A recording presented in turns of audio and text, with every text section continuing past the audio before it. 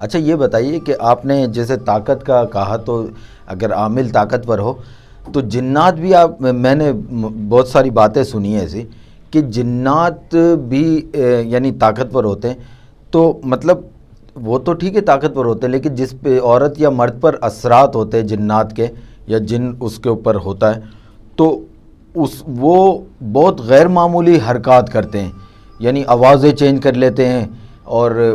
ہوا میں بلند ہو جاتے ہیں، اور لوگ یعنی سامنے والے، خود انسان ہے، سامنے والے انسان کو ایسے نارمل کنڈیشن میں اٹھا کے دور نہیں پھینک سکتے، ایسے ہوا میں اچھال کے پھینک دیتے ہیں۔ تو مطلب یہ طاقت کہاں سے آ جاتی ہے؟ اگر یہ طاقت، اگر ایسی طاقت تو ہر انسان چاہے گا، تو پھر تو وہ جن اتارنے کے لیے نہ آئے، بولے یہ تو طاقت آ رہی ہے تو پھر ایسے ہی رہنے چاہیے، جس کو بھی فائٹ ہو تو اس کو اٹھا کے پھینک دے۔ اس سوال کا جواب یہ ہے کہ جب کسی مرد یا عورت کے اوپر جن کا حملہ ہوتا ہے یا جن کا اس کے اوپر گرفت کر لیتا ہے، تو اس وقت اس کے اندر اپنی عقل جو ہے نا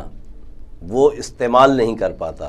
جنات کی قوت یا اس کی اپنی اعصابی جو قوت ہے وہ بڑھ جاتی ہے، اس لیے کہ عقل کا استعمال رک جاتا ہے، اس وقت یہ اپنے طور پر کچھ نہیں کر سکتا، معوف ہو جاتا ہے۔ اور ایسے مریضوں کے متعلق بعد میں بھی جب جن اتر جاتا ہے یا ہٹ جاتا ہے، اس سے پوچھتے ہیں کہ ابھی تھوڑی دیر پہلے تمہاری ایسی کیفیت تھی، کیا ہو گیا؟ تو وہ اس سے لا تعلقی کا اظہار کرتا، مقصد یہ کہ اس کی عقل اس وقت معوف ہو جاتی تھی۔ اور میرے پاس ایسے بہت سارے کیس آئے، لوگ لے کر آئے اور لے کر آ کر اس طرح باندھ کر لائے گئے رسیوں وغیرہ سے کہ اس نے 10 لوگوں کو اٹھا کے پھینکا ہے اس شخص نے، حالانکہ وہ جن کو پھینکا ہے وہ طاقت میں بظاہر اس سے زیادہ مضبوط تھے، مگر اس نے اٹھا کے اس کو پھینک دیا۔ اس کی وجہ یہ کہ اس وقت انسان جس کے اوپر جنات کا حملہ ہوتا ہے یا جنات اس کے اوپر مسلط ہوتا ہے، اس کی طاقت میں اضافہ اس لیے ہوتا ہے کہ اس کے اعصابی طور پر عقل معوف ہونے کی وجہ سے طاقت کھل جاتی ہے، اور اس طرح وہ نقصان بھی پہنچاتا ہے۔ اور ایسے بہت سارے کیس میرے سامنے بھی ہیں، کچھ احباب کے الحمدللہ میں نے علاج بھی کیے، میرے دوست بھی ہیں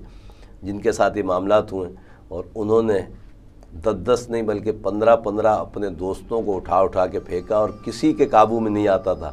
اور وہی میں نے بات عرض کی، روحانیت کی جو طاقت ہے رب کریم کے عطاؤں سے، ایک انگلی پکڑنے سے وہ 10 لوگوں کو 15 لوگوں کو پھینکنے والا شخص میرے سامنے ایسے بیٹھا ہوتا ہے کہ جیسے ایک نارمل انسان بیٹھا ہوتا ہے، مگر اس وقت بھی اس کے اوپر جن کا اثر ہوتا ہے، اور اس کا علاج بھی ہوتا ہے۔ علاج اس طرح ہوتا ہے کہ جیسے تعویذات۔ اچھا بابا، علاج سے پہلے علاج بتائیے گا، ایک سوال آپ کی گفتگو سے ذہن میں آ رہا ہے کہ آپ فرما رہے ہیں کہ جب اس طرح کے اثرات نمودار ہوتے ہیں جنات کے انسان پر، تو اس کا دماغی توازن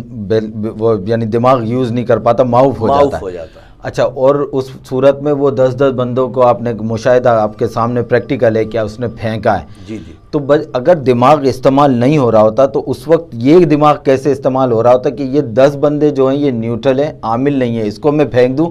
اور آپ کو کیوں نہیں پھینکا؟ اس کی مین وجہ وہی ہے روحانیت، اس لیے کہ جنات کو بھی عامل کے متعلق یہ پتہ ہوتا ہے کہ یہ کتنی قوت یا کتنا مجھے